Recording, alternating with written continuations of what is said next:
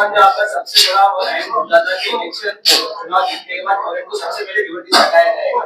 अब 1 साल होने के बाद इस टोरेंट को लेकर क्या अपडेट है? देखो, अभी जो टोरेंट कंपनी की जो मुदत है वो 2027 तक है।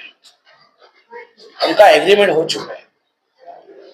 और जहां तक मैं ये जो टोरेंट का सब्जेक्ट था, जो खुद मैंने पार्लियामेंट में भी उठाया है, और टोरेंट के स्टाफ से लेके, चेयरमैन से लेके, पुलिस से लेके कोर्ट तक जो प्रक्रिया चलती है वो कैसी चलती है, ये भी पार्लियामेंट में मैंने खुलेआम बोला है। उसके बारे में मंत्री महोदय से लेटर भी दिया है। अभी आपको मालूम है, बीच में जो उनका डिपॉजिट का सब चल रहा था, मुझे जब पता चला, मैंने डिपॉजिट के बारे में तुरंत बाइट दी। कोई भी 1 रुपया भी डिपॉजिट ना भरे, ये कायदे से नहीं है। और अगर कोई ऑफिसर या कोई भी जबरदस्ती करता है तो मेरे ऑफिस से संपर्क करें। उसमें बहुत लोगों का अच्छा मैसेज आया। किसी ने भी उसके बाद ये डिपॉजिट भरा नहीं, और ना ही टोरेंटो के ऑफिसर किसी के घर पे सख्ती करने के लिए। उसी दिन मैंने कहा था कि 2 साल रुकना है, सिर्फ 2027 तक। उस वक्त अभी भी मैंने सभी पत्रकार भाइयों बहनों से कहा कि उस वक्त पूरे भिवंडी वालों की, सभी पत्रकार भाइयों की मुझे बहुत जरूरत लगेगी, क्योंकि मैं एक विपक्ष का खासदार हूं।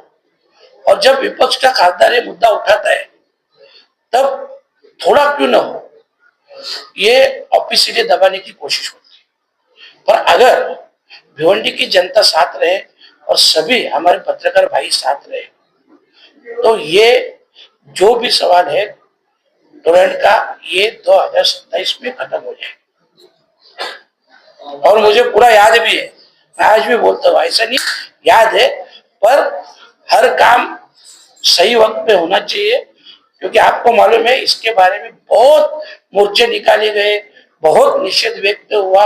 अभी कोई तो हाईकोर्ट में गए हैं, पर अभी तक ना यहाँ से हुआ, ना स्टेट गवर्नमेंट से हुआ, ना न्यायालय से, कहीं से कुछ भी रिस्पॉन्स नहीं है। इसके लिए एक अलग तरकीब निकाल के, अलग रास्ता निकाल के अपन वो मैटर सॉल्व करेंगे। मामा, 1 साल में आपने भिवंडी लोकसभा क्षेत्र में कितने करोड़ रुपए की निधि लाकर यहाँ पर किन किन विकास के कामों को हरी दी है, देखा? देखो, अभी क्या है, मैं फर्स्ट टाइम बना, तो भाई जैसा टोरेंट का कहा, जो था मेरा आईजीएम हॉस्पिटल का था, जिसका जिला रुग्णालय करने का है, उसके बारे में आपने लगातार देखा। 3 बार मैंने लेटर लिख के संसद में आवाज उठाया। उसके बाद अभी जाके उसकी इंक्वायरी का आदेश निकाले हैं मंत्री महोदय जी ने, और पॉजिटिवली उसका सब फॉलो होके ये जल्द से जल्द जिला रुग्णालय हो जाएगा। वराल देवी का मैटर है ये, जो एक्चुअली देखो, ये जो काम है ये हमारे काम है, एक सांसद के काम है। बाकी देखो, जो मैंने सब जो ऐसे काम लाए, भिवंडी शहर के लिए कम से कम 7.5 करोड़ के काम लाए। पर ठीक है, वो काम में मैं खुद ही फॉलोअप किया, खुद लेटर पे लाए, किसी नगर सेवक का, किसी एमएलए की सिफारिश नहीं, वो खुद मेरी ही सिफारिश थी। और मैंने ही पालक मंत्री महोदय रहेंगे, जो भी डिपार्टमेंट के मंत्री, उससे रिक्वेस्ट करके वो निधि लाया है। पर उसमें हमारा सबसे बड़ा काम है, ये सब जो सेंट्रल गवर्नमेंट के अंडर में आते हैं, एनएचआई रास्ते का रहेगा, रेलवे का रहेगा, ये बड़े बड़े प्रोजेक्ट, जैसे आपको बोला कि जो अनगांव के आगे जो एग्जिट की जरूरत थी, जो एग्जिट से हजारों लोगों को काम मिलेगा, लाख लोग बोलेंगे तो भी कुछ वांदा नहीं आई, इतने लोगों को काम मिलेगा, वहां एग्जिट नहीं थी। अभी लगातार 6 महीने से उनके पीछे लग के अभी जाके वो एग्जिट के लिए एक प्रपोजल बनाया गया, और वो प्रपोजल अभी एनएचआई की ओर से गडकरी साहब के यहाँ भेजा गया है, जो 200 करोड़ का है। अगर ये प्रोजेक्ट हो जाता है तो उससे हजारों एकड़ लैंड डेवलप हो जाएगी और लाखों लोगों को काम मिलेगा। ये ऑलरेडी हमारे काम है। भिवंडी का आपको बोलता हूँ, भिवंडी में जो कचरा आप देखते हो, इतना बड़ा समस्या है, उसके बारे में भी कमिश्नर साहब से मेरा मीटिंग हुआ है। एक प्रोजेक्ट जो खुद जिसका प्रस्ताव मैंने लाया है, इसमें ये भी बोलता हूँ वो 500 करोड़ का प्रोजेक्ट है जिसमें पूरे कचरे पे प्रक्रिया की जाएगी और वो प्रक्रिया के बाद में उसका फायदा भी होगा और जो कचरा है वो भी साफ होगा। और जल्द ही ये मीटिंग हमारी जो है ये जल्द ही कमिश्नर मैं बात तो हुआ है, कमिश्नर साहब से बात हुआ है, जो प्रोजेक्ट करने वाले उनसे बात हुआ है और जल्द ही हमारे तीनों की मीटिंग हो जाएगा। ये भी प्रोजेक्ट भिवंडी के लिए मैं लाएगा 500 करोड़ का प्रोजेक्ट। जैसे कि सर आपने आईएम की बात की कि आईएम हॉस्पिटल को जो है आपने केंद्र सरकार के जो भी संबंधित अधिकारी के समक्ष रखा है। ये बात पिछले 7 सालों से चल रही है आईएम अस्पताल को लेकर, लेकिन आज आईएम अस्पताल 10 की 10 ही पड़ा हुआ है। आपको क्या लगता है आपकी आवाज उठाने से आईएम में कुछ बदलाव आएगा या फिर? देखो 7 साल से क्या चल रहा था मुझे मालूम नहीं, 6 साल से, और जब मैंने इसका फॉलोअप लिया मैं 3 बार मिनिस्टर साहब से मिला, उसके बाद में उन्होंने ये 28 मई को लेटर भी दिया है और इसके बारे में डिस्ट्रिक्ट रुग्णालय होने के बारे में जो उनके रूल से जो भी है वो सब इंफॉर्मेशन उन्होंने मंगाया है। और उसके बारे में तुरंत जब उन्होंने लेटर लिखा उसके बाद में 5 जून को तुरंत मैंने मीटिंग भी लगाया जिसमें पूरे डिस्ट्रिक्ट के हेड सभी डीएचओ डीडी हमारे भिवंडी हॉस्पिटल की पंधारे मैडम सब लोग थे और सभी लोगों से उसके बारे में इंस्ट्रक्शन भी दिया है और मुझे पूरी उम्मीद है कि होगा। क्योंकि इसके पहले आप बताओ ना जो भी खासदार थे उन्होंने ये फॉलोअप भी लिया था कि कभी ये मांग भी की थी, कभी ये मिनिस्टर से मिले थे, मैं तो आपको सब लेटर भी दिखाऊंगा। तो अगर ये लोग ने फॉलो भी नहीं लिया तो काम कैसा होगा? अभी मैं फॉलोअप ले रहा हूँ, ये काम जरूर होगा। भिवंडी शहर की जो आईएम हॉस्पिटल की बात हुई है, सब आते हैं सिर्फ उसका इंफ्रास्ट्रक्चर जो है उसकी बात करते हैं, लेकिन उसकी वहाँ जो मिलने वाली सुविधाएं जो लोगों को प्राप्त होनी चाहिए, जैसे सीटी स्कैन हो गया, एमआरआई हो गया, वहाँ पे एक्सरे नहीं होता इमरजेंसी पेशेंट के लिए, उसके लिए कोई बात नहीं करते। वहाँ पे जो सुविधा मिलनी चाहिए, आज सुबह आप सुबह 10 बजे तो वहाँ जल्दी से पहुँच गए तो आपको वहाँ हजारों महिला ऐसे दिखेगी कि जो परेशान रहती है, उसके बारे में कोई ना आमदार ना पिछले खासदार ना कोई वहाँ पे कोई बात नहीं करते, सिर्फ इंफ्रास्ट्रक्चर की बात होती है। नहीं देखो मैं तो 2 बार जब गया था, बाकी जो ऊपर के एक्सरा वगैरह तो उन्होंने मेरे को बताया कि चालू ही है और जहाँ पे मैं खुद गया था बराबर है। बाकी जो सुविधाएं जो एक्चुअल क्या है ये उप जिला रुग्णालय है, तो जिला रुग्णालय में जो फैसिलिटी मिलती है उसके लिए तो अपन उसके पीछे पड़े ना कि जिला रुग्णालय हो जाए ताकि सभी फैसिलिटी जो आदर्श भिवंडी अपना थाना के शिविर में मिलती है, छत्रपति शिवाजी हॉस्पिटल में मिलती है, ये पूरी सुविधाएं अपने यहाँ मिले, इसके लिए तो अपन डिस्ट्रिक्ट हॉस्पिटल का दर्जा दे रहे हैं। ये ऑलरेडी फैसिलिटी है लेकिन वो ऑपरेट नहीं हो रही है। डॉक्टर जो है ओपीडी में उनकी सैलरी मिल रही है लेकिन वो अपॉइंट नहीं रहते, वहाँ पे जगह पे नहीं रहते।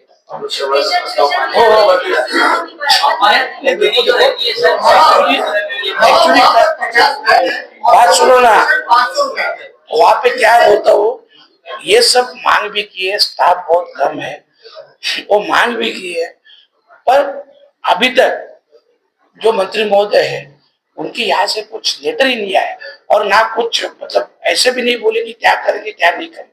तो उसके लिए क्या देखो 1, 2 बार 3 बार मैं भी लेटर देता हूँ। ये स्टाफ मेन का क्या प्रॉब्लम क्या बोलता हूँ, स्टाफ नहीं है। और ये आईजीएम की नहीं कि आप शाहपुर में जाओ, मुरबाड़ में जाओ, वो दिन मैं शाहपुर में भी गया था। जो मेन मेडिकल ऑफिसर चाहिए शाहपुर का उप जिला रुग्णालय हो, वहां मेडिकल ऑफिसर नहीं।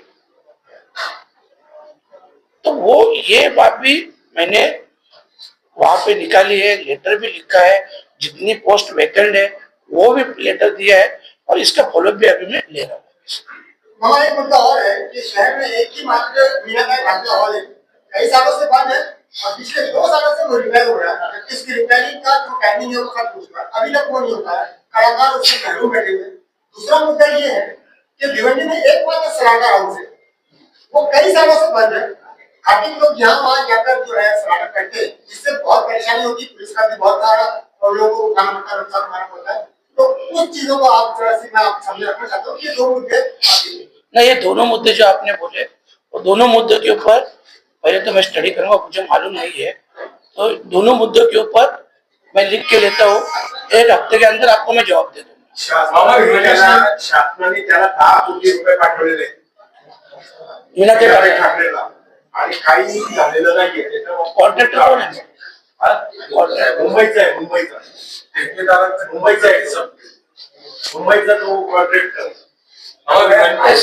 सगळे माहिती और भिवंडी शहर में लगातार हो रही ट्रैफिक को लेकर अभी तक आपने उस पर क्या काम किया और आगे जो है क्या करेंगे? देखो ट्रैफिक के बारे में तो आपको मालूम है, मैं 4 मीटिंग ले चुका हूँ कंटिन्यू। मैं 1 2 3 दिन कंटिन्यू खड़ा भी रह चुका हूँ। ये ट्रैफिक का जो प्रॉब्लम था, सभी ऐसे नहीं, ट्रैफिक सीनियर पीआई रहेंगे, डीसीपी रहेंगे, एमएसआरडीसी के ऑफिसर रहेंगे, पीडब्ल्यूडी के ऑफिसर रहेंगे, सबसे 4 बार मीटिंग हो चुका है।